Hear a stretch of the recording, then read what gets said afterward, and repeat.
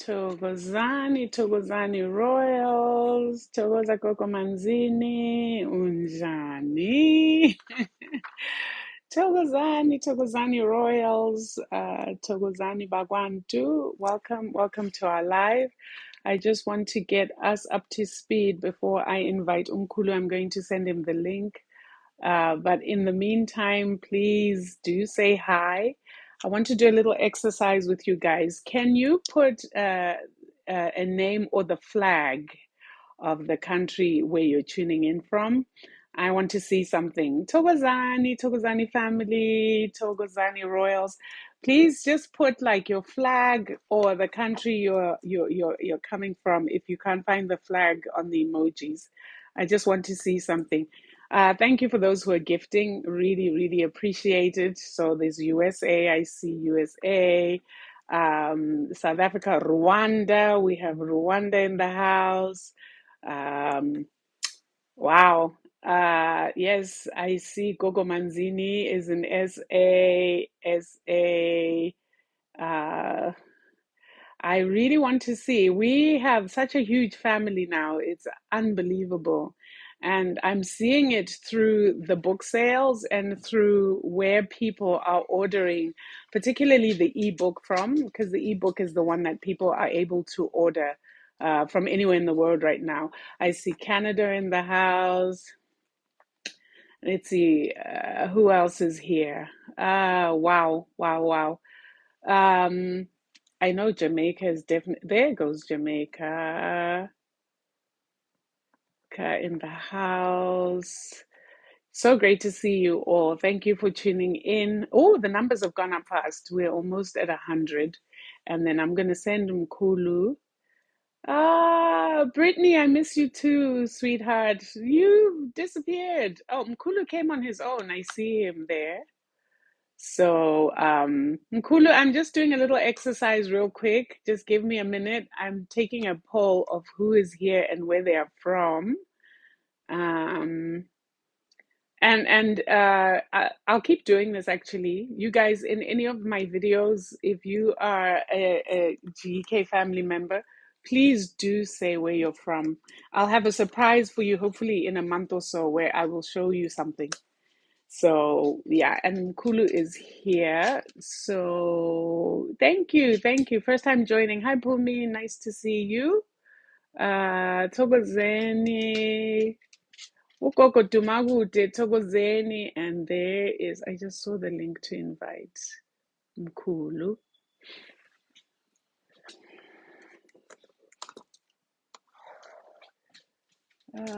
Something happened. Let's see.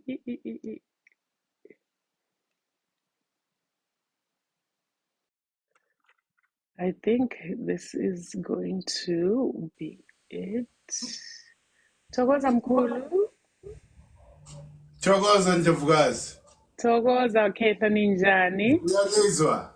Yes, I can hear you very well. The only problem is we can't see you. And he's vanished. I wonder what's going on. Guys, sometimes we have issues of load shedding. So, no, Diane, this is not the live to be asking about how to cleanse yourself. I was filtering, by the way, I was filtering through some of your questions. So thank you very much for submitting questions. Maybe what I did forget to say was, please, can you make your questions topic specific? We are talking about the Kemet Royal African Calendar. So those were the kind of questions that we were looking for. So my apologies for not making that clear. Now it is abundantly clear. No, lapho ukhona manje. Hello. Camera no. Uh-oh. Ayivuleki lapho. Nayo. Oh. Iza ngapha ku left kancane. Yeah. Buya ke ngapha. Yeah, we're listening to Mkhulu's conversation. Hello. Thokoza Ndlovukazi. Siyaxolisa man sizama ukwajusta uze silwa kekho la. Oh, okay. Uh, Just a minute. I'm so sorry. Bahambe nje this afternoon. no problem. So, do you want to reconnect? No. Right nje kanje wena Ndlovukazi, she said. Right, just a few seconds, then we are ready. Okay, maybe mute yourself, then I can talk while you're getting ready. Sure. Yeah, man. Yeah. Hey, sorry, man. I'm so sorry. Mute yourselves, guys, then I can talk. We have almost 100 people. Okay, Ndlovukazi, sesi right, manje senza njani?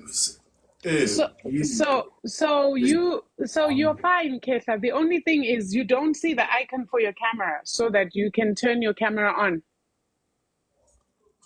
Yeah, on. Oh, camera is not on. No, camera is not on, but there is a place you can go and turn the camera on. I see you there. Siyayicisha Mkhulu le. Oh. On nayo. Yeah, if you press on the actual icon, you will see where it says gift, microphone, camera, expand. So what you want to do is the camera will press the camera icon.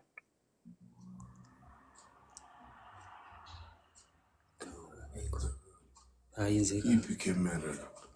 Angipho. Ngoba kunale video. Yeah, iyona leyo. Press that.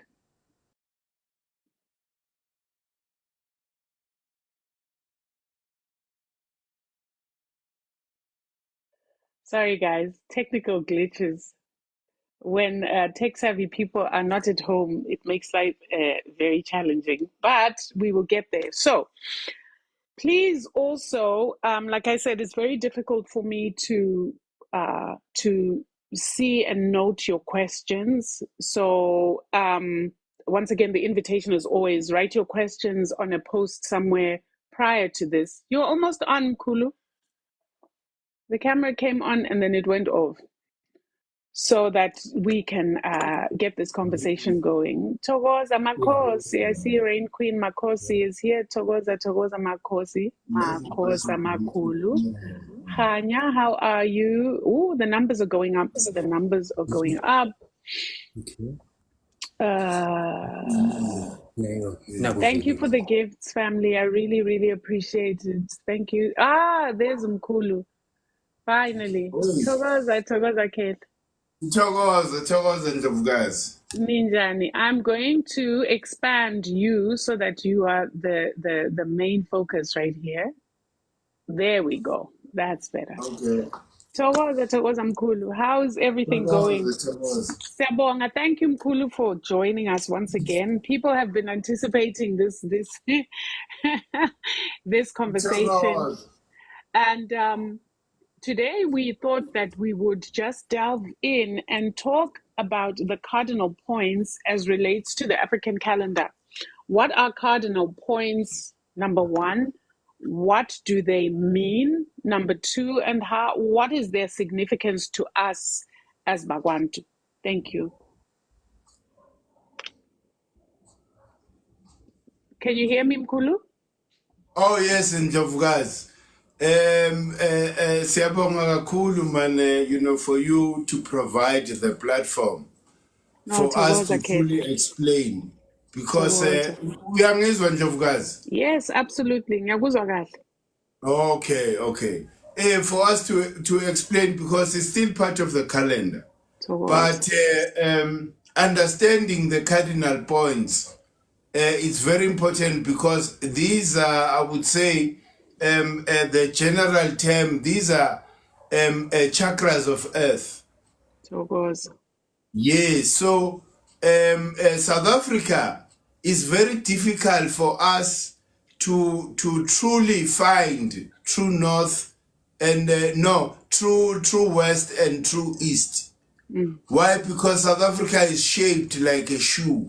So what we then rely on, Ndlovukazi, it is what is called the meridian, line, the golden meridian, which begins in Bluff in Durban here in South Africa and goes through that line until it hits the Great Pyramid of Giza. So This this is golden meridian, it is the electromagnetic field of Earth. This is where it moves. So it passes, here in South Africa, enzalo yelanga, but begins kuphi eBluff. So which means inzalo yelanga. Inzalo yelanga, then it means ukuthi it's a true east point, right? Then this is where we welcome the sun after its journey from the northern hemisphere on the 23rd of September. This is where we welcome the sun. That is the first one of gas. It signifies renewal. That is why, especially on the southern hemisphere, everything starts greening, around that time, which then confirms the energy, the nurturing energy of the sun. In simple terms, hydrogen is getting closer to the southern hemisphere. That is why we see a transformation in nature. Why? Because if the sun is in the northern hemisphere, there's less hydrogen on the southern hemisphere. So this signifies that, the sun is going to renew us on the southern hemisphere. So that represents true east, which is the first cardinal point. The second cardinal point, it's in Limpopo, at a place where, okay, let me try by explaining what is happening. Remember that I normally say that my art is the flower of life, right? Yes, and through those in-between spaces, this is where vibrational frequencies emerge, right? So therefore, it's the same thing. The flower of life is the same thing as the electromagnetic field of Earth. This electrical grid that surrounds, our planet, it's that. So in that grid, there are always, all over the world, what is called the 0 point, right? Just like in Zaloelang, it's one of those 0 points where the sun passes. Ubab Credo Avusa Mazul. Ubab Credo said, this is the pathway of the gods. Right? So from there, east, we go to north, because now the sun is now closer. We've welcomed the sun. Then the sun now makes a journey to the north, right? There, the north, it's called the Capricorn monument, but that is it's on the latitude line, right? But the best point in that line is where they make a cross. These ley lines, they make a cross that creates a 0 point. So it makes that cross at a place called Kruger National Park, even though, we're embarrassed to even mention the name of Kruger, our colonizer. So these are things that we still need to deal with. Because there's no reason why that place is still called after a colonizer. But that's where it makes a cross. This is the 0 point. So because now that place is still captured, firstly by the colonizer, now by government, who refuses to give the owners, the real owners of that place, their land. They are, always, pushing posts. So it's there. So where we go from the 22nd, of December, when we do our night vigil in Limpopo at that, Capricorn monument, it's along the line of latitude. but it doesn't make a cross there. So we are still fighting to get that land because it belongs to royals. You know, it has been captured by government. Wherever, you know, we go, you know, in one of these sacred sites, we have to experience problems because the previous government, the colonial government, captured our sacred sites. So that is why we have waged a war of, liberating all our sacred sites, all 4 of them. You know, so Limpopo represents that, the maturity, you know, of the energy of the sun, because it was renewed, you know, in September. When it comes to the 23rd of December, this is when, you know, it is closer. On the southern hemisphere is the day when the sun is closest to Earth. And the sun then pumps in enough hydrogen for Earth to sustain itself until this point again. Yeah, so that is, you know, the northern marker. So from there, of course, that's why December, it was known as the month of Africa, or the season of African royalty. You know, that's why you will find even in Swaziland, even in Natal, there is a ritual, you know, called Umkhosi weNcwala. It's a Ncwala ritual, you know, which is supposed to fortify the royal, you know, palace. In all these palaces, the only time where that ritual is done it's around December, because that's when the sun is closest to Earth, you know, and it pumps enough. So all royals have got to benefit from that, you know, electromagnetic field to strengthen, you know, their rule and strengthen their, you know, kingdoms or empires. So from there, again, guys, we now go to the third one. Remember, we said Limpopo is the second one, right? Then we move to the third one. The third one is when we bid farewell, you know, to the sun on the southern hemisphere. That aligns with the 21st of March.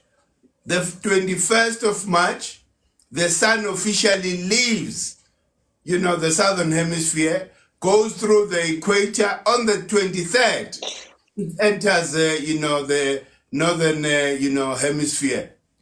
That is what is supposed to be the real new year of, you know, the northerners. But, you know, that's our story. Our story is here that we want to create this unity, you know, using this practical tool, the calendar. This is what united, you know, our ancestors before. So now we're bidding farewell. We call it, you know, a lamentation ceremony of Osset, because Osset is a companion of Asa, meaning that it's like a husband and wife. When on the 21st, when the sun departs from the southern hemisphere, Osset remains in control, you know, and that is why we call it the most beneficial period for you to actually begin your spiritual work, because we are powerful on the southern hemisphere after the 21st of March, meaning that the departure of the sun from the southern hemisphere gives now power to our queen, you know, the godmother, you know, Osset, unomkhubulwane ngwedi. That is the principle then that guides us until the sun returns again. But we normally say it's very beneficial for you to use your brain as a manufacturing concern. Whatever you want to see manifest when the sun returns on the southern hemisphere, this is where, when you begin the spiritual work, because the prevalent energy supports all that. Then we go to the fourth one, which is the last. The last one is very important because it represents a true south, the place of set, power. And we go to that place. Unfortunately, even that has been captured. That one is even worse. It was captured by the army during apartheid. When they realized the power, that is there, because our ancestors had a cave there. But the colonizer came and they bombed that cave. Now what remains is what is called the Cave Rock, in Durban.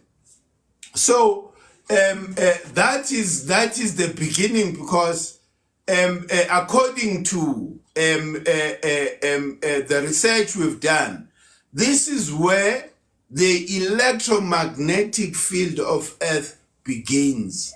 It begins there. Then it takes, it begins its journey, but from there, which is why the more that place is captured, is the more the perpetuation of our colonization will happen, because that's where we report everything. Remember, the energy is from south to north. So on that day, it's one of those, 0 point.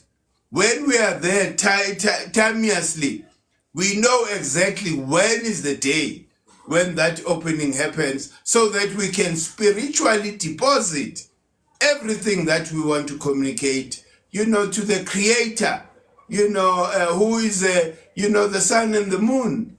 These are openings on neutral points that are forever connected. Remember, they form that electromagnetic field that we call the aura when it comes to our physicality, our bodies. But Earth has the same thing, what is known as the torus field. It's exactly the same thing. That's why even your body, you have the meridians. Those are chakra points all over the body. You are a replication of what happens on Earth generally, because you are a miniature of Earth. Your body represents that. So that is the last point, which is called, the southern marker. This is where the power, the energy that ends up, energizing the north begins. So when we are there timelessly, we are then able to deposit whatever you wish to see, to see manifest, especially when e-communication is based on a collective. Then the spirit is easy for them to hear, because that is not a selfish thing. Yes, this is what I want. This is how this thing will benefit the Black nation. In that way, we are not demonstrating any selfishness. Yes, you go there for yourself, but you are always forever conscious that you as a Black person and your nation are still colonized somehow. Thokoza. Thokoza, Mkhulu. So, Mkhulu, just to recap again, we were talking about the cardinal points on the calendar as the actual places. Mkhulu was describing the different places that we go to in order to do sacred ceremonies and to patha and ritual together. We go there as a collective, right?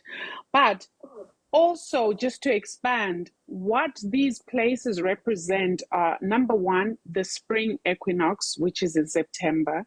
Then we have the summer solstice, which is in December, as Mkhulu said. We're talking about the southern hemisphere here. Then we have the fall equinox, which is in March. And then we have the winter solstice, which is in June, right? We're talking the southern hemisphere. So just to locate you, in case you're looking on your calendar here and you're trying to figure out what Mkhulu is talking about, he was talking about the geographical locations northeast. So it starts with east, north, then we go west, then we go south. Those are the geographical locations Mkhulu was talking about. But in terms of conceptually in the calendar, we're talking about the equinoxes and the different changes that are happening vis-a-vis the sun's position to Earth at each of these points. Is that correct, Mkhulu? Oh, yes, it's correct, Vugazi. As I said, where we bid farewell to the sun, that process, it's a metaphor for what the actions of the sun, its journey towards the north. So the 21st of June, that's, other people, when we started, we would say that that is a true Christmas. Not this thing that people are, kneeling during December. That has no resonance with what happens in the cosmos. Our true time, the very same thing that manifests on the north in December, 23rd, it happens to us on the south on the 21st of June. Of June, So, yes, we need to realign our consciousness so that when we are now connecting fully with the natural flow of the energy here, we are also conscious of, what is happening. Thokoza Mkhulu, I think we cannot emphasize enough what this misalignment means and what it has done to Bagwantu, because there are people who celebrate, for example, they're celebrating Christmas, they're celebrating New Year in January. That people don't realize that that misalignment is really a big part of why we stay stuck the way we are as Bagwantu. And they also don't realize that this misalignment was intentional. Yes. Because remember, we are supposed to be, according to palm-colored creatures, we are supposed to be slaves mentally, psychologically, and even spiritually. Meaning to say, when we partake of their rituals during their holidays, which are Northern Hemisphere holidays, we are spiritually energizing them and their whatever they have, their entities, to continue to keep us in the state we're in. Yes. I don't know if anybody's hearing how important it is to dissociate yourself from these Western holidays and celebrations. I've done teachings where I've talked about Halloween and why you want to stay away from it. You want to stay away from Valentine's Day. I've taught you guys why Valentine's Day is something you don't want to have anything to do with. These were all pagan holidays. And if you look at the history of our colonizers and these enslavers, they were a people who were very big on blood rituals that involved human blood. We as Abantu know that you do not ever sacrifice human beings. But that was such a key part of their practice. And so even now, you don't know what they do in dark spaces. Trust me, you don't want to know. But as you partake in these holidays and you venerate and you wear the colors red and white around Christmas and around Valentine's Day, have you ever asked yourself what is the true meaning of all these things? Bagwantu, our awakening and our liberation will literally mean that you have to dissociate yourself from these things because they are the things that are keeping us trapped and stuck. Thokoza Mkhulu. No, that's so true. When Njovukazi, this is what continue to give power to the colonizer, because they've twisted our consciousness in terms of spirituality. They've moved us away from nature, right? Meaning that whatever we do as African people, we will never succeed until we unlock those spiritual and mental chains, so that we are able to face the right direction that leads us home. So when we partake, you see, what happens during Easter and Christmas? Remember that what happens when it's winter there, it's summer here. So it makes no sense for us to follow the ceremonies of the North, right? Whilst we are here. Then, when it comes to our time, during the spring equinox, the 23rd and the 21st of June, we do nothing. You see? Even black people I'm not now talking about white people or anything. Us black people, we do nothing. Right. Look, what makes, Jewish people powerful and the Chinese is their collective action, right? In terms of their consciousness, the Chinese there, in the U.S., they are Muslims in the U.S., there are Jewish people in the U.S., but they never forget what happens at home.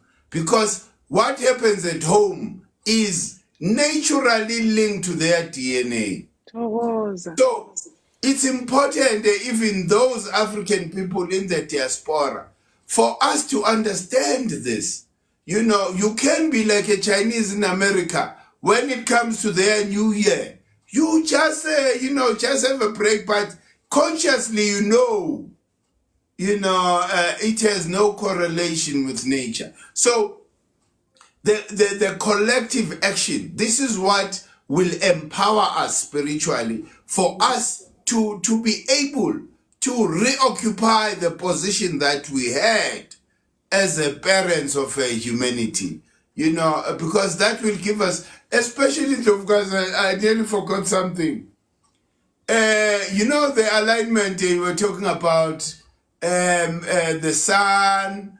The portal, the Lionsgate portal, yes. With the Sirius star, yes, the Lionsgate. And Orion, yes. Why it is important? It is because it is a galactic year, right? Which means all the chakras of Earth are open until it ends. Meaning all these, chakras of Earth, these ley lines with the 0 points are open only for this time. For us to receive and download the new vibrational frequencies that will assist us into it. So it's very important, as black people all over the world, to have one consciousness, so that whatever we do here at home, because Africa is destined to rule the world. It will be a superpower if only we can fix our consciousness. It's about consciousness. That's it. It's about consciousness. That's it. It's just about consciousness and nothing else. That is why, yeah. And that is why, just to answer to add to what you were saying, Mkhulu, which is that when it comes to our sacred days in the Southern Hemisphere, we as Bagwantu are doing nothing. So it's literally, it's like you're literally shooting yourself over and over again. You shoot yourself once when you are venerating Northern Hemisphere nonsense. And then you shoot yourself again when you do absolutely nothing for yourselves during the time that you should. So, so this shift in consciousness, I mean, I sound a little desperate sometimes when I talk about this because I see the urgency of it. And I also see how simple that shift in consciousness really is. This is not rocket science. This is not some bizarre religion where you have to read 1 billion books in order to get this. It literally is about aligning with the proper energies, understanding what energies are prevalent, how you should move during that season. And you don't need to look far to know what to do because nature shows you. If you are starting a new business you can't start a new business in December and launch a new business December because at that time there are other things that are already going on. You launch in September because that is the beginning of a new cycle. So you're starting something new. The energy of September will support your new business and your new endeavors as small seeds, the way the earth supports any seeds that are planted in the ground around that time. The energy and nature supports it. The rain will come, the seeds will grow. Your business too, when you plant it, when you start at that time, will be watered by that same energy, and it is more likely to flourish if you're working on it than to fail. But No, now you that's true. start this thing, you start your business in the middle of winter, That's and true. everything is a struggle, and you're like, but why is it not growing? But we know nothing grows in the winter. So the alignment is that simple. It literally is just about being conscious what season is prevailing and then moving in accordance with the energy of that season rather than trying to swim against it and do things that are opposing. That's when you start to feel like, why is everything so hard for me? Why is everything so hard? Because as umuntu, these people over here, they'll do things. They are doing things in a timely fashion for the northern hemisphere. But those of us from the southern hemisphere who stuck in the northern hemisphere want to move the same way they are moving, and yet we're finding it so hard. Why? Because we ourselves are misaligned. We are not of this energy here. We're supposed to be aligning with the energies of the southern hemisphere of home.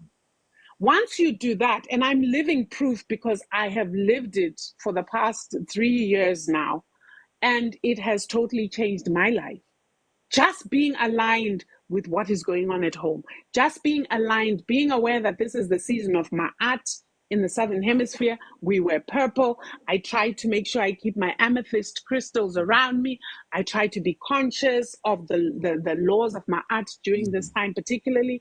I try to be conscious of just being in the energy of truth, justice, harmony, balance, order, and structure. So this is how simple that is. It is, of guys. So You know, I know the day will come where all black people all over the world would one day do the same chant at the same time. Huh? That will be powerful. Hey, like the Muslims every day you go to their shop by one, they're closed because they are communicating with the Creator and their own ancestors. So these are things that we need to gravitate towards, you know, because those are strong points for African unity, you know, where we understand the importance of spiritually supporting each other. You know, it sending starts there. vibes. But it starts there, right, Mkhulu? Everything starts in the spiritual realm before it becomes physically manifest. That's it. So if we demonstrate this unity through our spiritual practice, then that unity that we're demonstrating will become a reality here on earth. I think sometimes we get it wrong. For example, I think of Pan-African movements, right? The Pan-African movements on paper, they really are trying to do a good thing. But I've been in this space long enough to realize and understand why they are failing so much at unifying us. It's because there isn't a spiritual component to everything that they are doing. Everything they are doing, they are following the Western model or the colonizer model, where you don't even reckon with the spiritual / cultural aspect of issues. So all you're doing is we are disgusted by it. Yeah. So all they're doing for the most part is, okay, you know, let's unite as brothers. Let's unite as, you know, all of us on the continent. Let's do away with passports. Let's do away with borders. Those things will not happen unless you do away with those things by uniting spiritually. Have a common spiritual, cultural practice of choice that you are all doing. I'm telling you, we've seen this, Mkhulu, with GK. No, certainly. I fully agree, guys. Remember that the colonizer came with a package, right? Firstly, they used that strategy, psychological subversion. They gave us their truth, right? And told us our truth is inferior, is barbaric. So that's the first step they did. Then they dealt with the mind by bringing and forcefully, you know, making people to follow their calendar.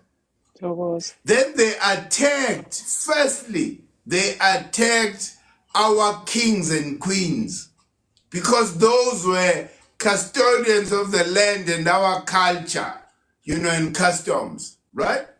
Then they Thokoza. came with this book to then sustain their theft. They came with That the book. Bible, Christianity, whatever. So that's true. Make sure that they glue whatever, propaganda in our minds. And to a point that we forget. A lot of people haven't been able to ignite that a genetic memory for them to remember because it's all in our DNA. So for people to actually remember who we are before the colonizer came here. So this is where, that is the point, the unitary point that we need to get back to. Remember, guys, politics is divisive by nature. So therefore it will never unite us. Religion is divisive by nature as well. They are Catholics, they are Romans, they are all Zion, all these things, right? So, so that is out. We can't be united by that. The only thing that can unite us is nature. Understanding the real creator, who is the sun. Thokoza. The sun burns carbon to produce hydrogen, Thokoza. right? And the hydrogen, this is the only element, the only element in our universe, because other things are just a repetition, a multiple of hydrogen.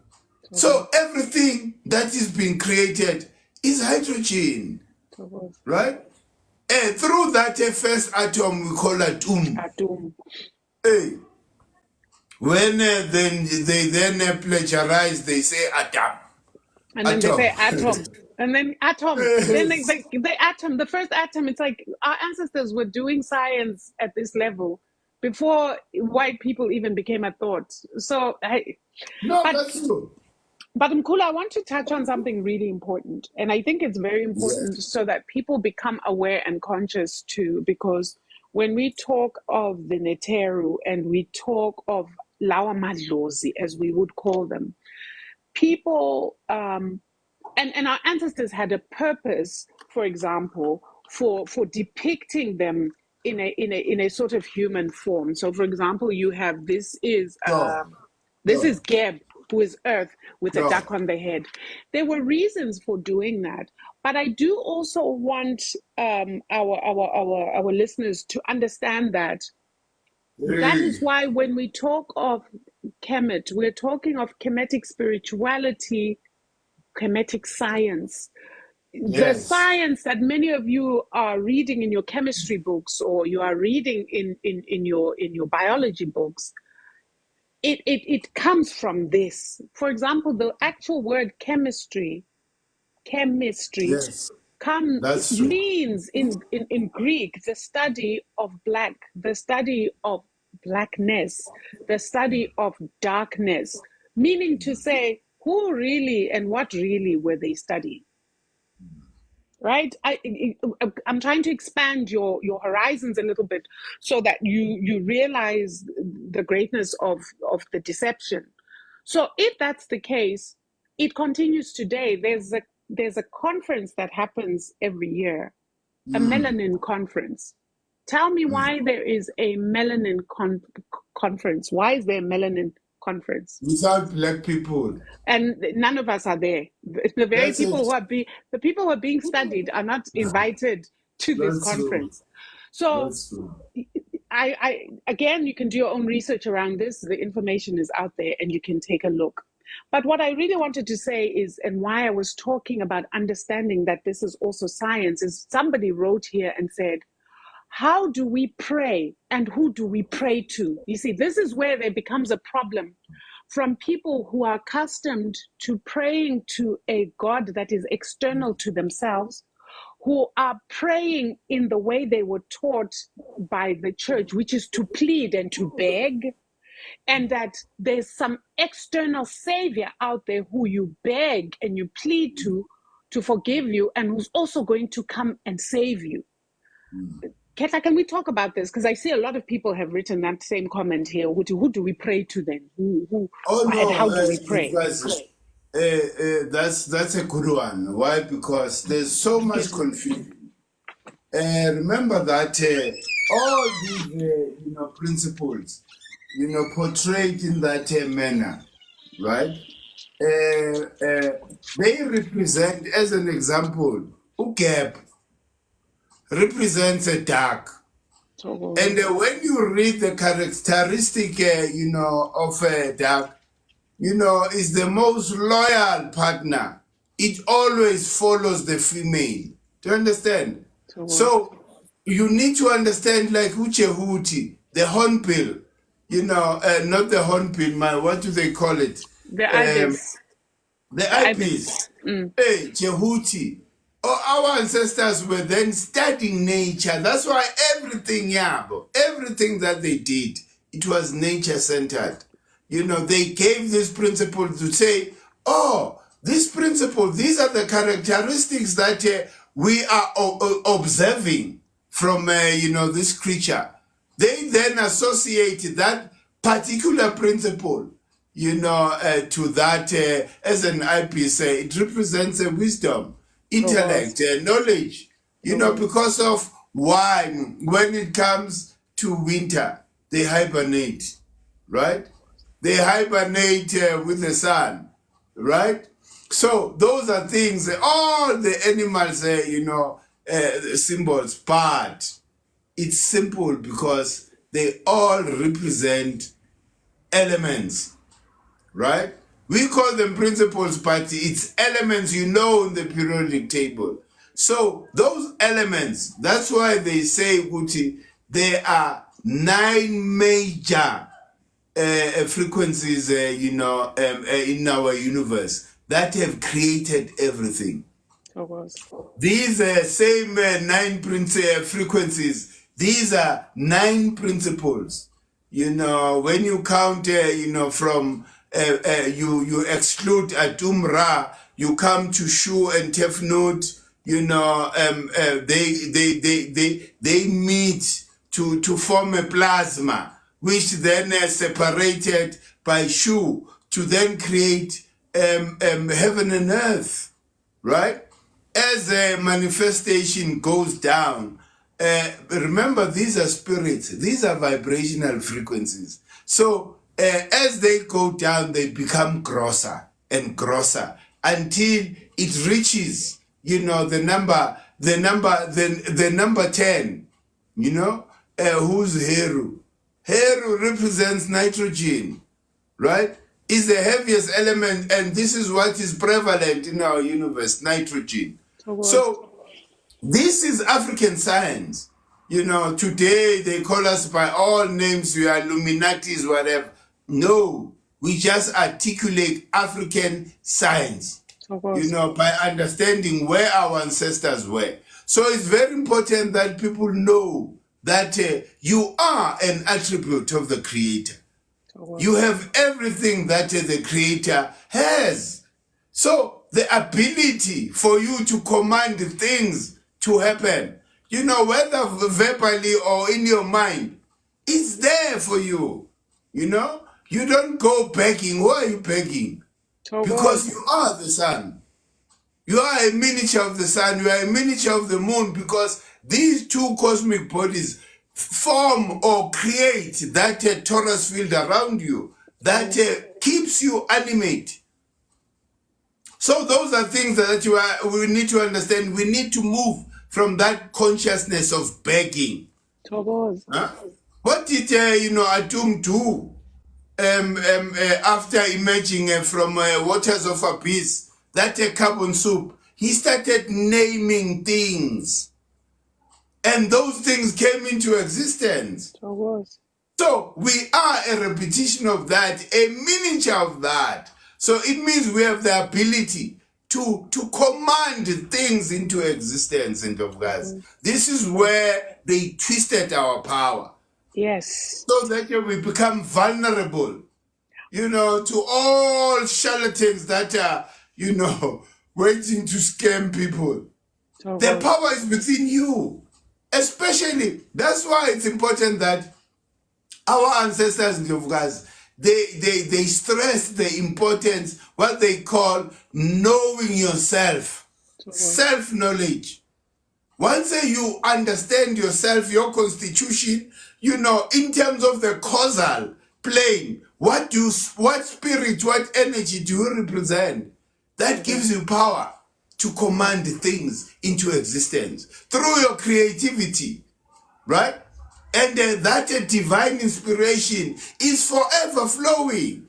It means you never run out of ideas where we are in this, alignment. So it's important for people to truly align, so that we are never wrong, asking things, that only manifest in winter and summer. Then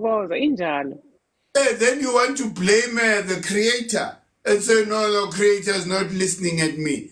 But you are kneeling at the wrong time. We are everything. We are everything we need. The power is within us. And there's no intermediary needed. You don't need me, you don't need Indlovukazi, you don't need anybody. Once you are aligned, then you join the collective of using that spiritual, consciousness and power to direct the liberation of your people. Then it makes sense. It makes it, it makes life very interesting for you because you look forward to the next day. We still have a long way, to go. It's not to Huru. They sold us, most of our fathers. So it's upon us. They defer their decisions.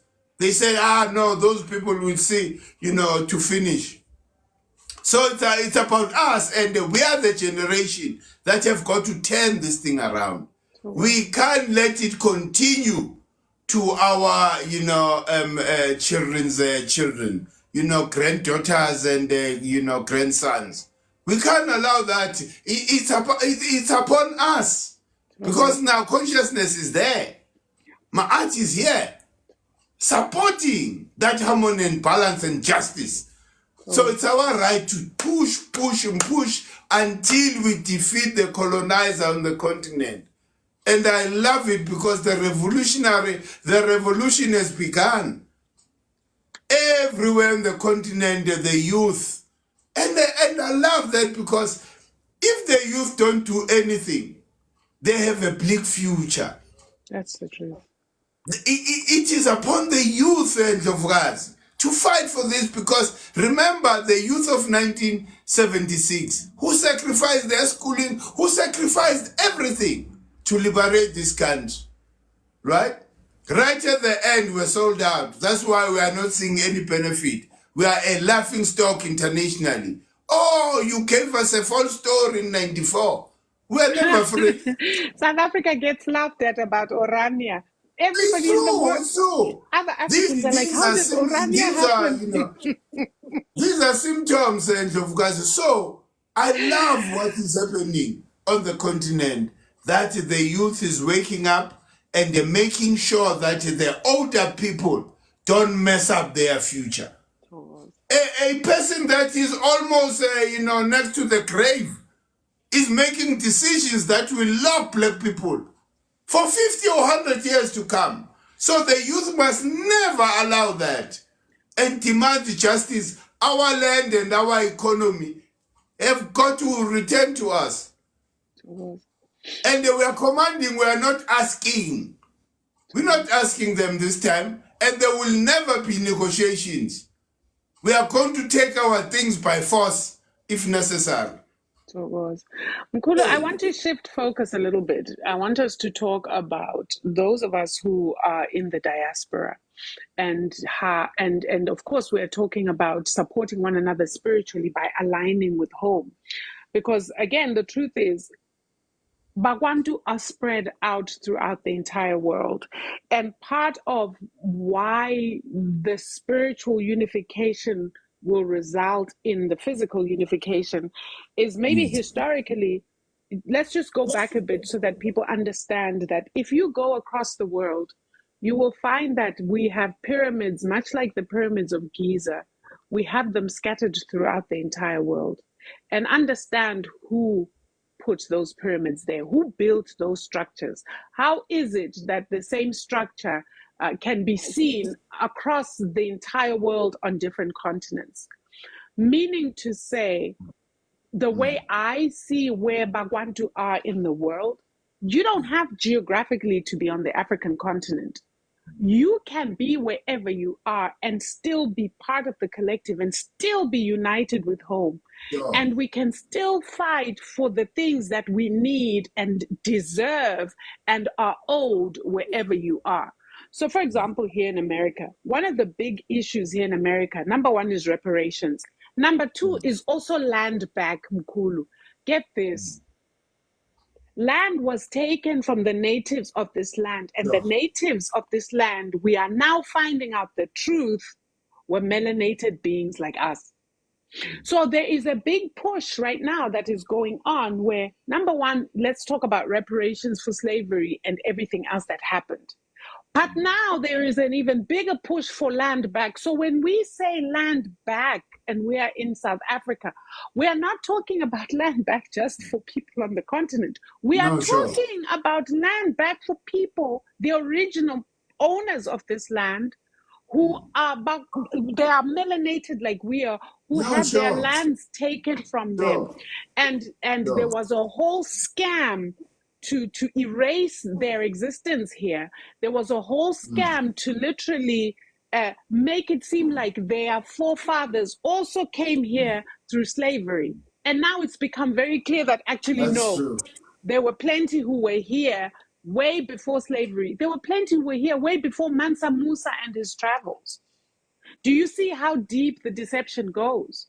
So even before there was Mansa Musa and his travels, they were melanated beings here. These are now, and the descendants are still here, and these are the ones who are now asking for their land back.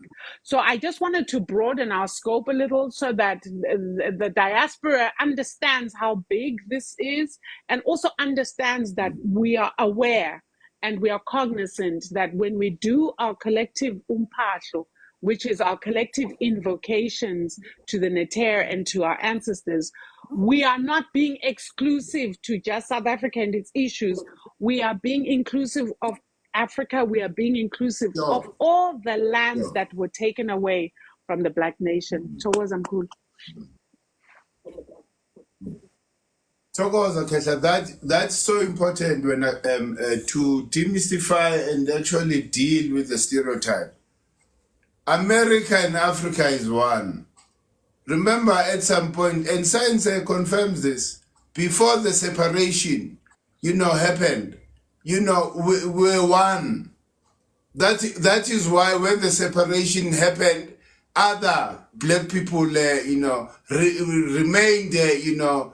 on one side, and the others were pushed away. Just like what is happening now on the continent.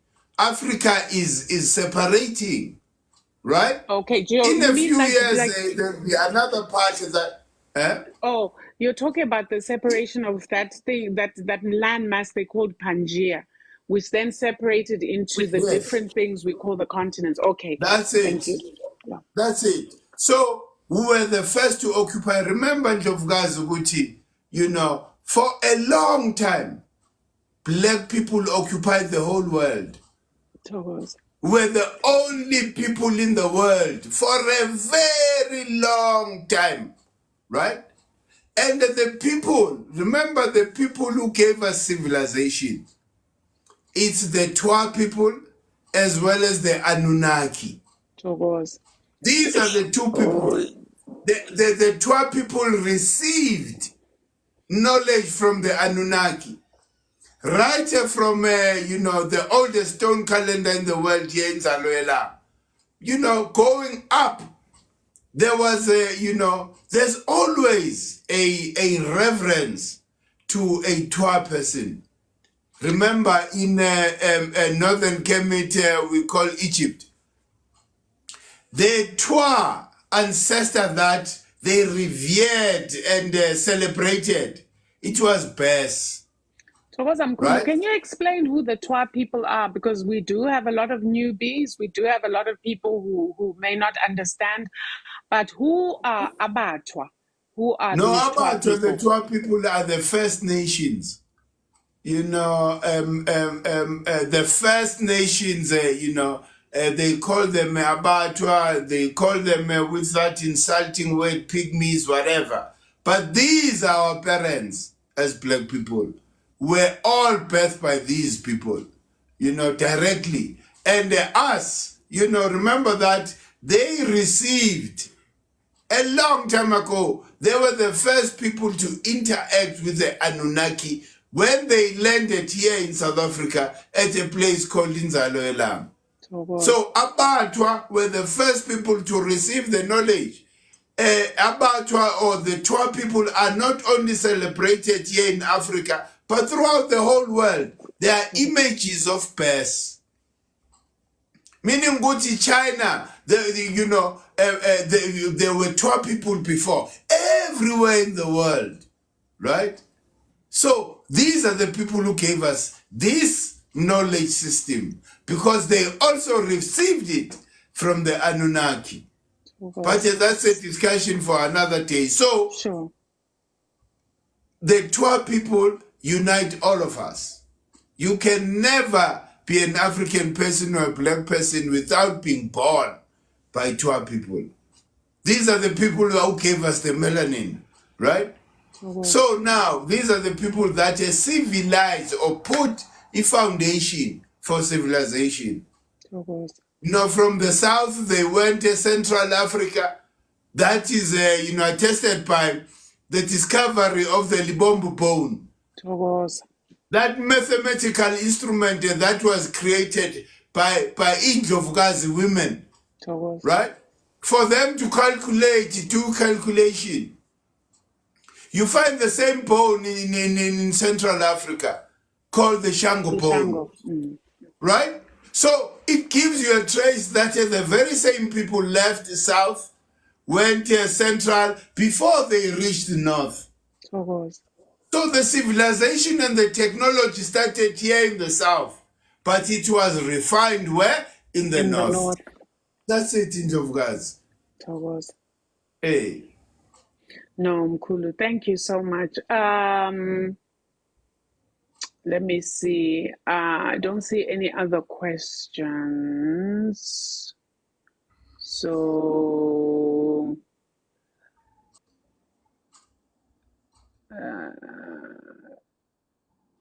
yes, please tap the screen, people. Tap the screen. Thank you so much. It assists in the algorithm. Please tap the screen wherever you are. Tap the screen.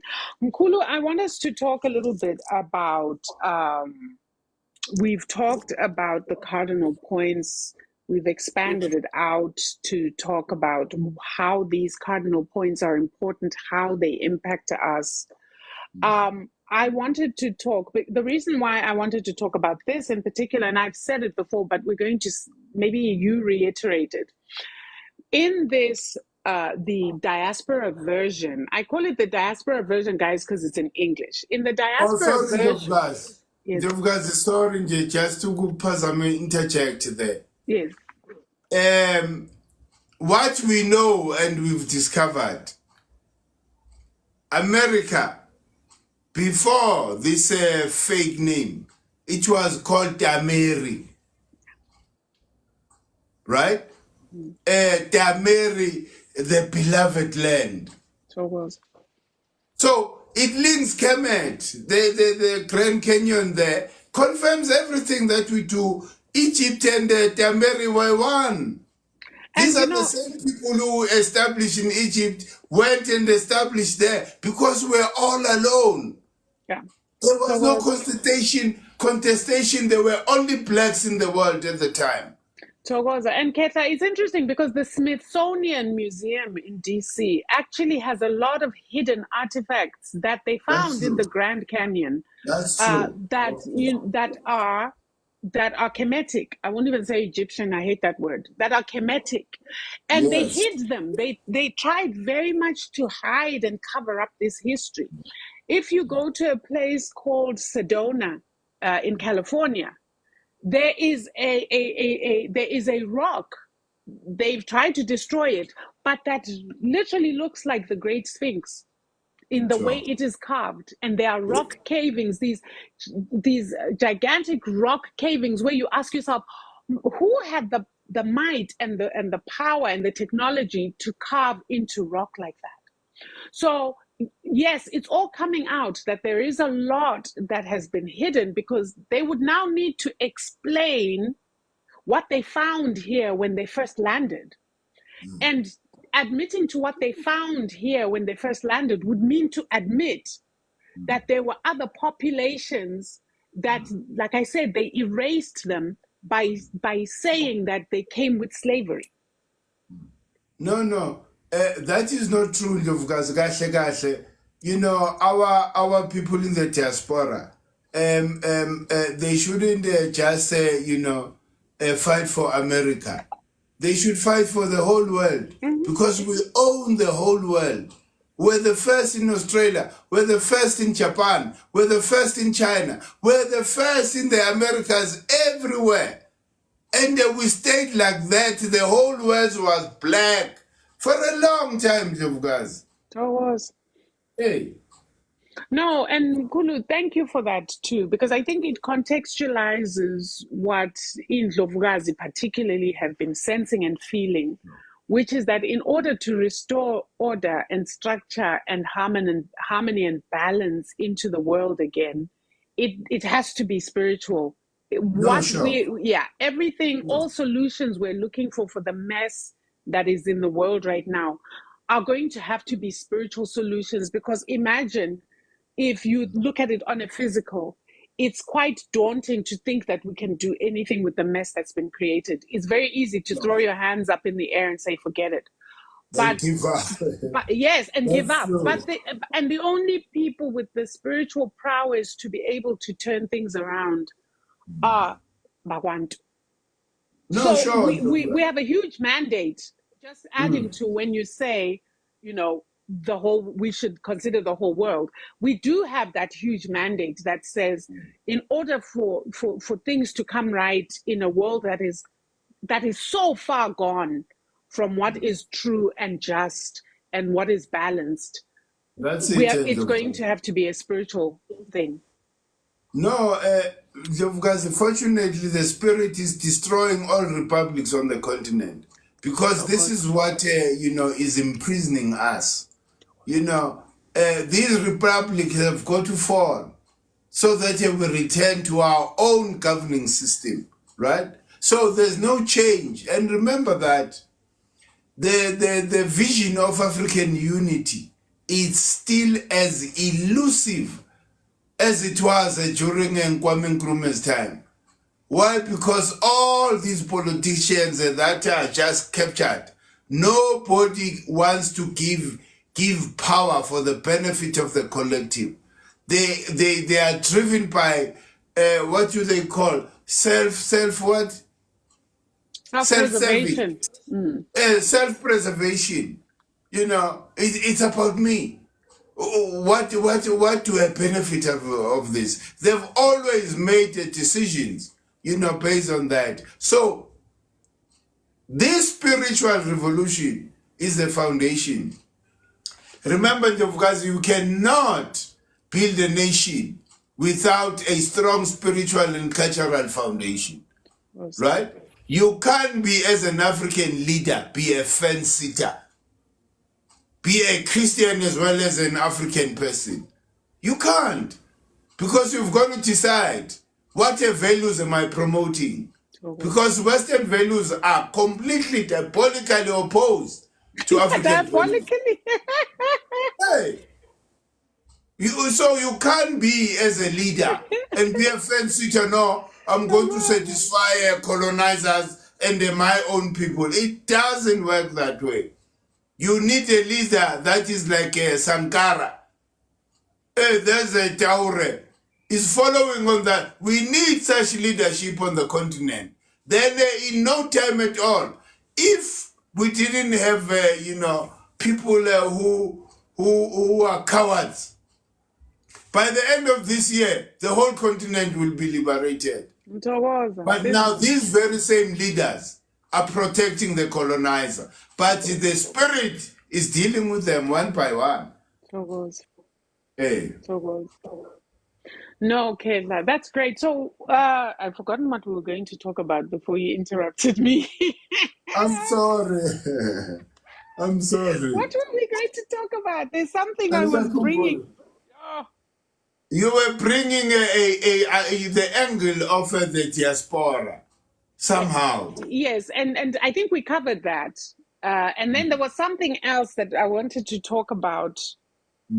Oh, yes. Oh, this is very important. It comes back.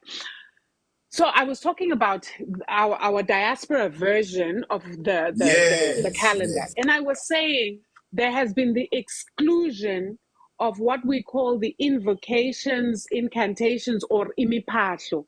And I wanted you to explain to people the importance of ukupahla and why we did not include them in the English version. Please, this is really important. Listen up, guys.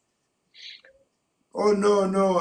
And of course, we felt that because those, incantations, chants and everything, hymns and whatever, that are in the ancestral prayer book, it explains the calendar, but it also includes, those sections where there are these words that you need to repeat 4 times, a day throughout the season. But they are included there. Why? Because I think we need, your suggestion, Lovugas, we need to start assisting people to learn an African language. Because we believe that an African language, as an example, Zulu, when you do those incantations, in isiZulu, you are creating the necessary vibrational frequency that our ancestors know.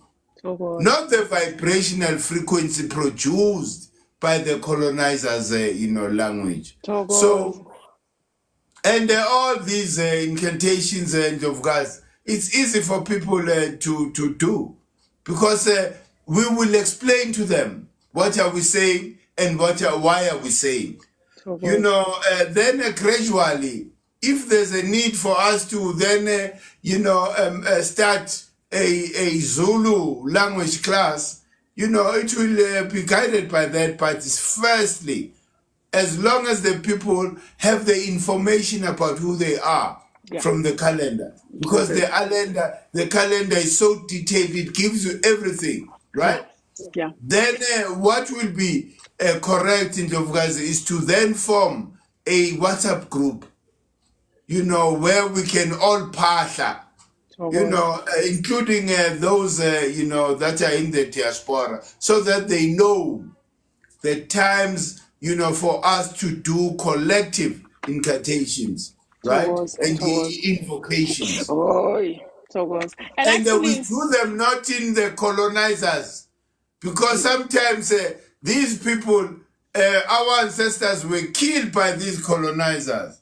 So when you approach them with that language, I don't think that creates a resonance. So we need to adopt, in future, an African language in the interim, but the only language that we all have to learn is an obligation for Black people. Those that are older can then push it to their children. We need to reintroduce what is called Medu Nature, because that is our classical language. We need to gradually start learning. All Black people have got to learn. Because their science, their everything, their mathematics, everything is written in that language. So we need to learn it so that we are able to decode all these inscriptions that our ancestors left on the walls, for posterity. For us. Yes. They left them for a time such as this. They had the vision and the foresight to know that no matter what happens, One Yes, day our children will need this, and they wrote it that's in it. stone. You can't do That's anything it. with things that are written in stone. No, They've that's it. tried to hide and bury some of it, but it's surfacing now. So if it had been written on papyrus or it was written on wood or somewhere, it would have all been lost. But we have it. And so we are obliged, you're correct, Mkhulu, that as we move in this journey of self-discovery and as we move in learning more and more, we need to learn how to decode those messages ourselves, because as long as some colonizer French person is running to Kemet to do that, then we are going to have a problem, because yeah, we won't know what they're telling us. And I've come to the conclusion that I will never believe anything that they say. Like, I'm beyond that now. No, So but you're right in the words. These people, the way they're so dangerous, they even lie to the people of the Northern Hemisphere. They tell them their New Year, it's in January. Huh? And nature points to March. to March, spring To March, equinox. end of The spring guys. equinox, that's what nature is, right? Hey, and the leaders know this, but they wouldn't, want to educate the populace. right. So the populace must be kept misaligned so that they are able to control it effectively. Social control was what That's it's it. all about. It's been about social control for centuries. Kunjalo Ndlovukazi. So was no, Mkhulu, I want to say thank you very much. Of course, we can go on and on, but I think we will be Yeah. back.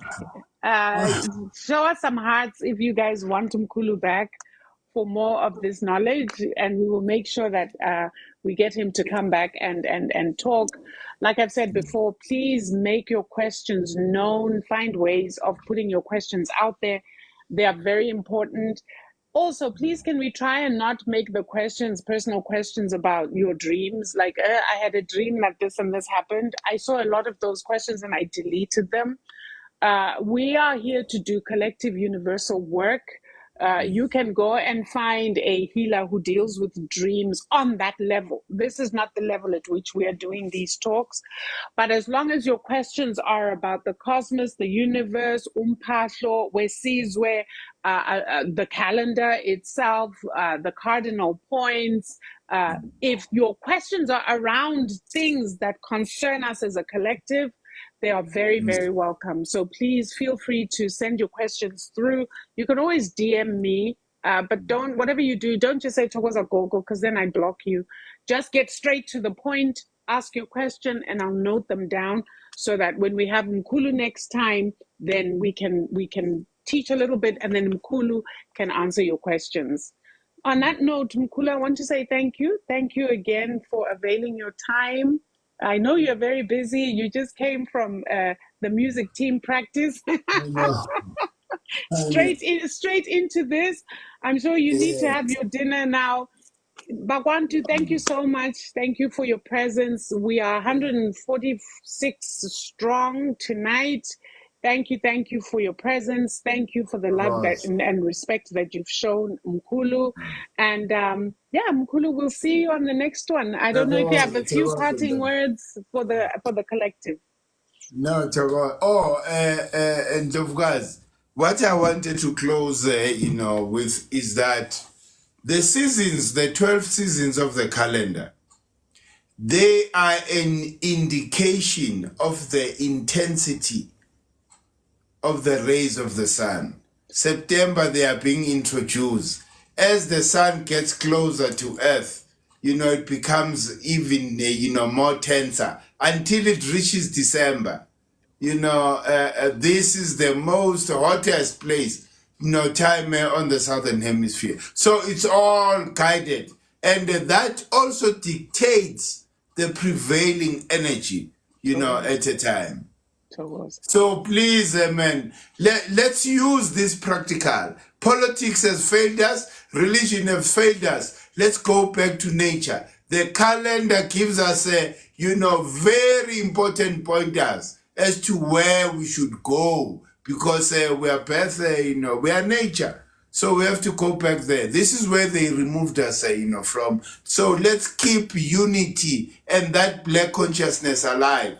It's in a very, very, a few more years, we'll be talking a completely different, especially when we do umpahlo, which are all these invocations together. We will invoke so much power for us to actually change our material conditions with our emotions and our minds. Towards Together, Akesa. Thank you. For those who are looking for the Royal Calendar, if you are in the diaspora, if you go to the link tree in my bio, you will find it. There's an electronic version. There is a paperback version. So go ahead, knock yourself out. There is another link that will be coming in the next few days. That link will be able to enable all royals all over the world to purchase a paperback copy. Currently, there's only one link that anyone in the world can access, and that is for the ebook. But if you're patient, wait a few days, there will be a link for you. Those in the United States, those of you in Canada, you can go and use the Barnes and Noble's link that is in the link tree, and you can get your copy. And as soon as possible, we are going to set up that WhatsApp group. Just give it a week or so that we can get in there, and then we can start the teachings of umpahlo and the invocations in isiZulu. So I hope you're ready to do your clicks with your tongues, but it should be beautiful. But thank you, Mkhulu, for that, and we will see you guys on the next one. Thokozeni. Thokoza, siyabonga Ndlovukazi, siyabonga kakhulu. Thokozeni. Thokozeni. Sure.